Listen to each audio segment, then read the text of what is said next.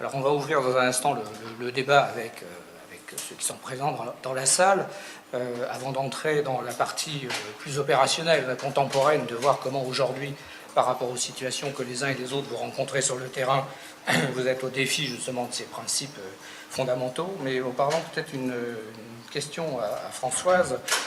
Vous parliez tout à l'heure d'interprétation, notamment de ces principes, mais en poussant, alors vous êtes juriste, en poussant le droit jusqu'au bout, presque par l'absurde, est-ce qu'on peut imaginer une action humanitaire qui ne respecterait pas ces principes?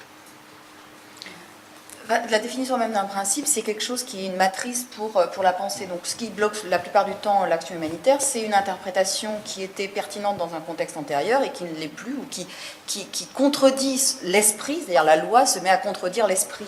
Si je prends, enfin on est en train de fêter les 150 ans, il y a quand même un événement majeur qui s'est passé entre-temps, et c'est le défi pour moi de ces principes-là, c'est l'application de principes conçus, et d'une action humanitaire et d'un droit conçu pour des conflits entre États, c'était compliqué déjà, hein, à des situations qui sont, la plupart du temps, totalement asymétriques.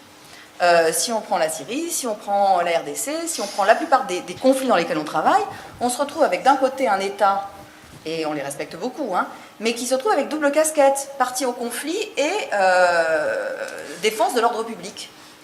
Et ça, c'est quand même une réalité absolument permanente. Je suis complètement d'accord avec ce que disait Pascal sur le fait que l'impartialité, c'est véritablement un combat. Alors, tu disais qu'il n'y avait pas de casuistique, je dirais, ce qu'il faut, c'est qu'on comprenne qu'il y a une dialectique, par contre. C'est que l'État n'est pas l'État dans ces situations, il est une partie au conflit. C'est super douloureux à expliquer, d'abord, à faire comprendre et à admettre, deuxième point, et après, on se prend en cascade des problèmes de droit parce que l'État garde quand même quasiment tous les droits nationaux. Les combattants adverses sont des criminels en droit national, même si en droit humanitaire on ne sait pas exactement, on n'a pas tout à fait donné le statut de combattant, mais donc on se retrouve avec des asymétries juridiques totales dans lesquelles quand même les humanitaires sont un peu tout seuls, heureusement avec leurs principes. Mais on n'a que ça. Et je prends des exemples très concrets. Tu mentionnais Kyrgyzstan, et par exemple au Yémen, quand on veut... Alors MSF, c'est une organisation médicale, donc on n'a pas du tout les mêmes activités que le CICR, et donc forcément on rencontre des problèmes différents, mais les contextes sont quand même bien les mêmes. Donc on le prend sous un autre biais. Mais pour l'État, ces blessés qui arrivent, et on l'avait vu au Bahreïn, après une manifestation, hein, ou des affrontements avec les forces de l'ordre, les blessés qui vont arriver à l'hôpital sont pour eux des criminels. Et nous, on va soigner des criminels. Alors qu'on les soigne à la limite dans des endroits où les principes médicaux, je ne parle pas des principes humanitaires, sont suffisamment établis, le fait qu'on les soigne ne pose pas de problème, mais ils vont être arrêtés l'instant d'après, ils vont être transférés à l'hôpital militaire, ils vont être... Et puis bon, c'est quand même des situations un peu émotionnelles fortes, ça dérape à toute vitesse. La question du statut de ces gens, c'est une bataille.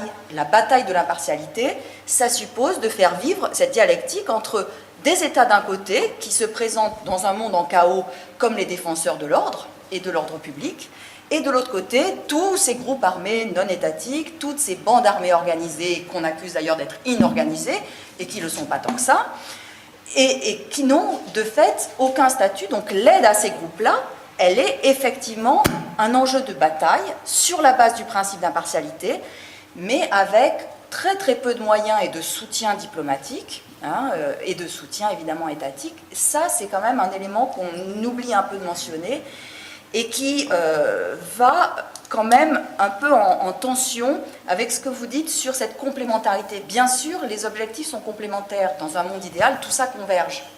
Mais ce n'est pas tout à fait dans la même temporalité que ça converge. La question, c'est est-ce que voilà, les gens qui ont fait des manifestations ou qui sont battus contre les forces de l'ordre ou contre l'armée resteront vivants le jour de l'accord de paix, hein, et est-ce qu'ils auront été soignés entre-temps? Et quelles sont les menaces et les pressions qui ont été faites sur les hôpitaux pendant ce temps-là? Donc ça, ce sont vraiment des données quotidiennes et concrètes qui mettent en danger ce principe d'impartialité. Alors, nouveaux acteurs, nouveaux contextes, question d'asymétrie, rapport effectivement à l'État différent. On va aborder ça dans 5 minutes, mais le temps déjà de vous donner la parole sur cette première partie du débat. Ronnie Broman, que j'aperçois, qui a beaucoup de choses à dire sur le sujet et qui, je crois d'ailleurs, va publier très prochainement un papier dans la revue du CICR, justement sur les liens entre MSF et CICR sur ces questions des principes fondamentaux. Merci. Oui, c'est un papier qui discute précisément les principes. Donc, il devrait être en ligne, je pense, d'ici quelques jours, mais je ne sais pas précisément quand. Moi, j'ajouterais à ce qui a été dit, enfin, je suis d'accord et en désaccord avec pas mal de choses. Je ne vais pas faire du tout la liste des accords et des désaccords, mais je dirais que, à mon avis, je ne crois pas que ça contredise frontalement, bien que tout de même à la marge, si. Moi, il me semble qu'il n'y a qu'un principe qui définit l'humanitaire, c'est l'impartialité.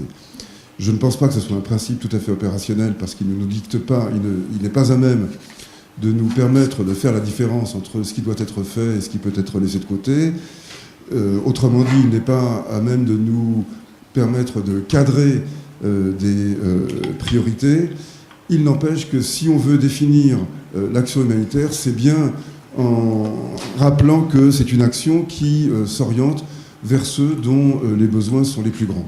Et que c'est donc en fonction d'une échelle de la vie, une échelle de la souffrance, qu'on oriente notre action, et pas, par exemple, en fonction de nos sympathies, de nos filiations, de nos appartenances. Et c'est donc là que se fait la différence. Donc il me semble que un principe, 3 principes, 7 principes, on est dans le monothéisme, dans la Sainte Trinité, ou dans les 7 péchés capitaux, ou les 7 je ne sais pas quoi. On est dans toutes sortes de métaphores et d'allusions religieuses. Alors moi j'opterais, bien que ce soit vraiment pas du tout ma tasse de thé philosophique, pour le monothéisme, en disant c'est l'impartialité, tout le reste peut être éventuellement, le cas échéant, mis au service de celui-ci.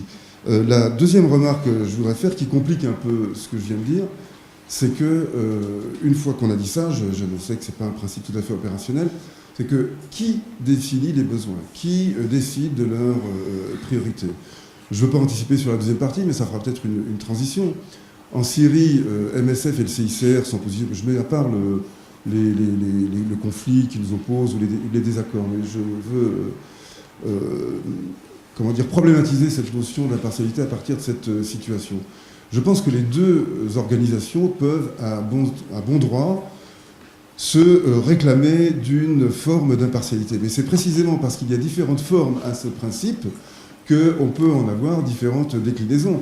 MSF estime que les besoins les plus importants sont les blessés. Et donc, nous menons une action chirurgicale.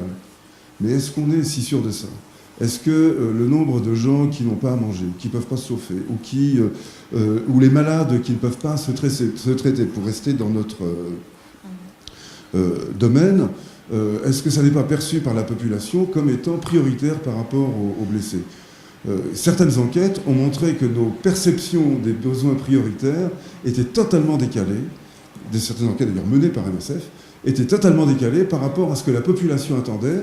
Et donc, tout en étant tout à fait en phase avec, en sympathie avec l'action de MSF, nous reprochait ce qu'on devrait prendre comme la critique la plus grave, nous reprochait de ne pas être impartiaux, parce qu'on distribuait de la nourriture à des familles qui avaient déjà des enfants malnutris, alors que les gens nous faisaient remarquer que les besoins, ils sont partout, et pas seulement chez ceux qui, éventuellement, s'occupent mal de leurs enfants, ou un enfant malnutri.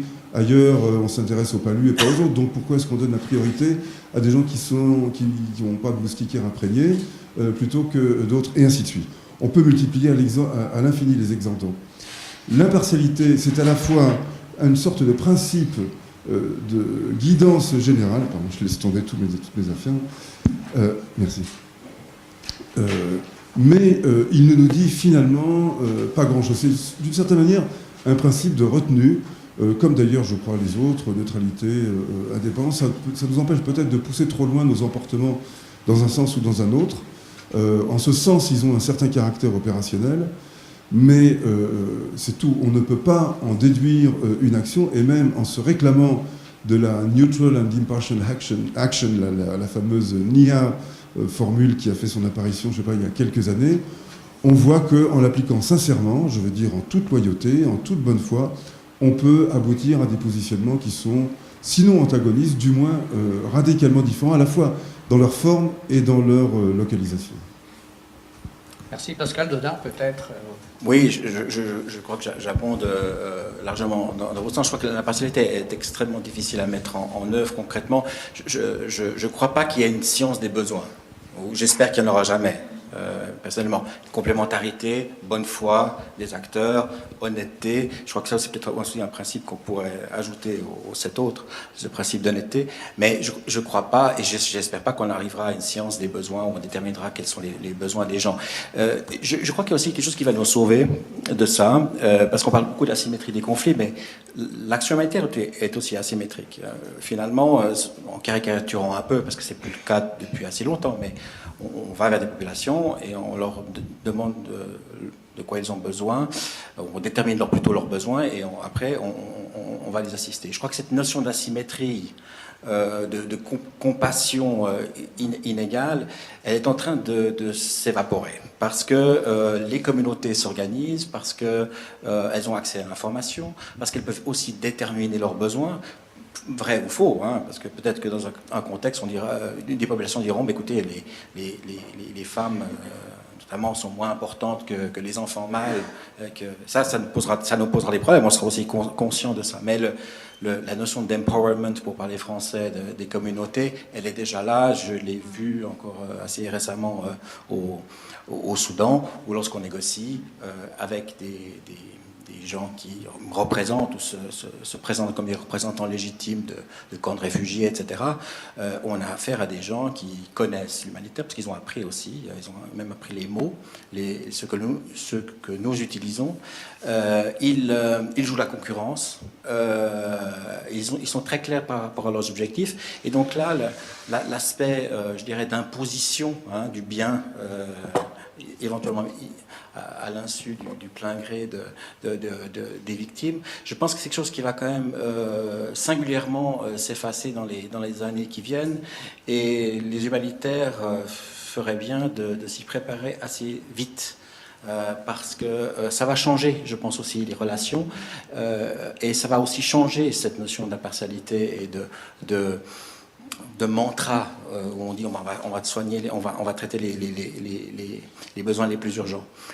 Je ne suis pas sûr que ça sera aussi simple que ça dans le futur. Je ne dirais pas que ce sera plus négatif, mais en tout cas, ça va changer le jeu et la donne. Et donc, là encore, de nouvelles tensions, les aspects culturels, les aspects politiques, les aspects ethniques vont revenir en force dans nos interactions avec les victimes au sens large.